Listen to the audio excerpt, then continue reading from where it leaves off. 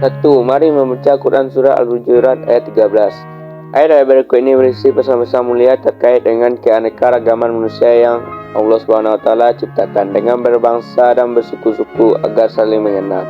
Bacalah ayat yang mulia ini dengan tertib. A. Quran Surah Al-Hujurat ayat 13. A'udzu billahi minasyaitonir rajim. Bismillahirrahmanirrahim. Ya ayyuhan nasu inna khalaqnakum min dzakarin wa untha wa ja'alnakum syu'uban wa qabaila lita'arafu.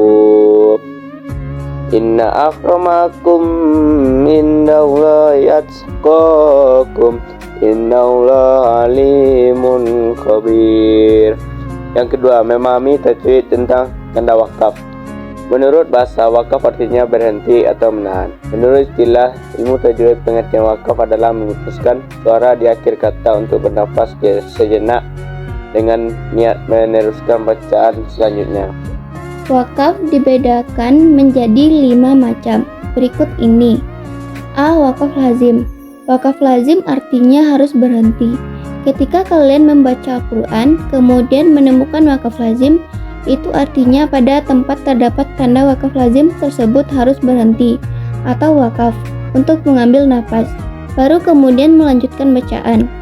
Wakaf lazim ini disebut juga wakaf ta'am atau wakaf sempurna. Tanda wakafnya adalah sebagai berikut. Contoh potongan ayat berikut yang di dalamnya terdapat wakaf lazim. Hayyakuna lahu walad lahu ma fis samawat. Jika kamu menemukan tanda wakaf lazim semacam ini, bacaan harus diberhentikan sejenak untuk mengambil nafas, baru kemudian dilanjutkan lagi. B. Wakaf jaiz. Ketika membaca Quran dan menemukan tanda wakaf jaiz, kalian boleh berhenti atau wakaf, atau meneruskan bacaan atau washal.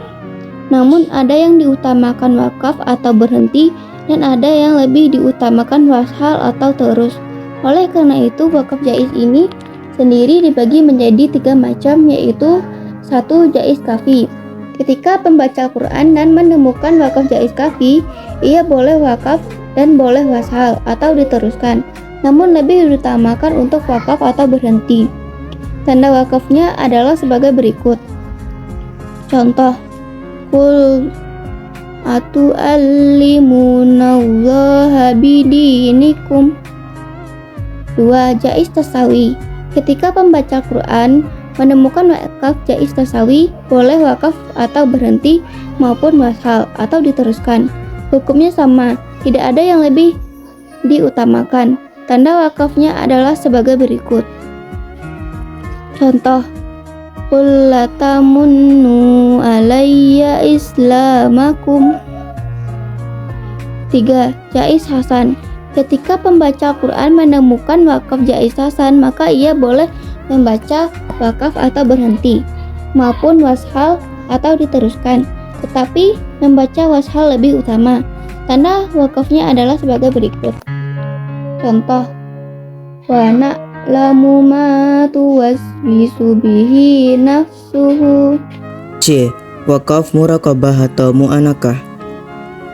Apabila pembaca Al-Quran menemukan tanda wakaf muraqabah atau mu'anakah, pembaca itu harus berhenti pada salah satu tanda wakafnya. Tanda wakafnya adalah seperti ini. Contoh, Zalikal kitabu la raiba fih hudal lil muttaqin. D. Wakaf mamnu. Wakaf mamnu maksudnya dilarang berhenti pada tempat yang terdapat tanda wakaf ini. Pada tempat tersebut dilarang berhenti karena masih terdapat keterkaitan makna antara kalimat yang dibaca dengan kalimat berikutnya, sehingga terjadi perubahan makna apabila terputus dalam membacanya. Tanda wakafnya adalah seperti ini. Contoh, Qalu inna ma'akum innama nahnu mustahzi'un. E. Saktah.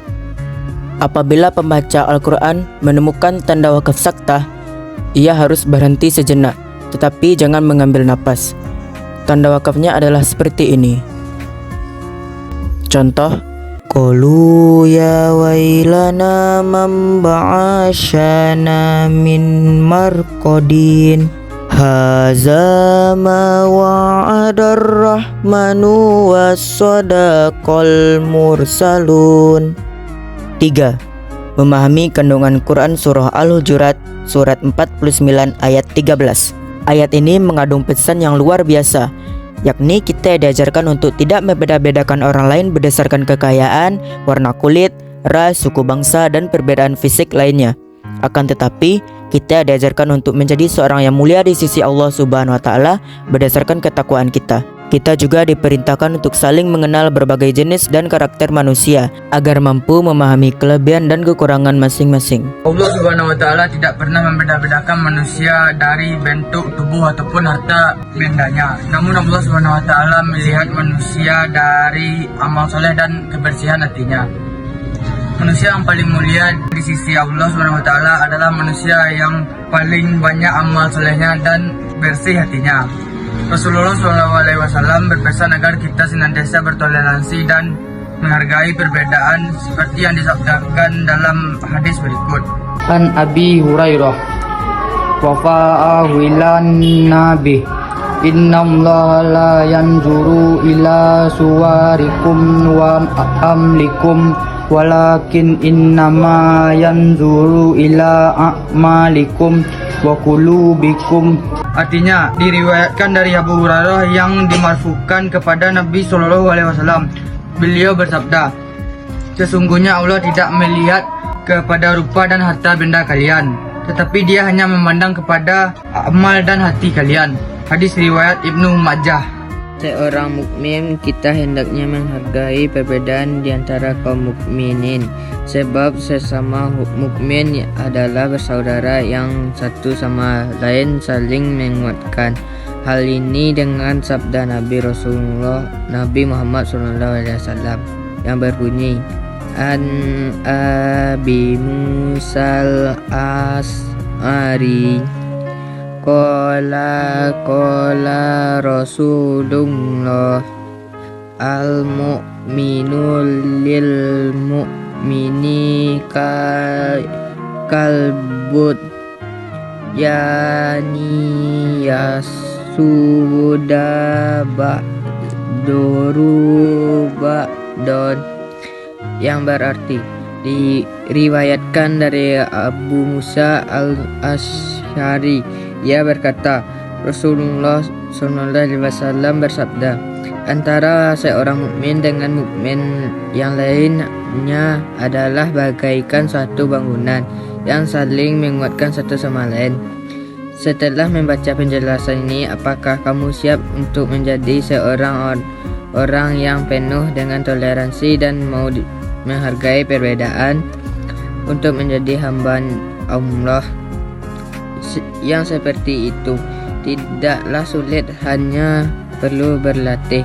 Latihan yang paling sederhana adalah memulai dari lingkungan sekitar.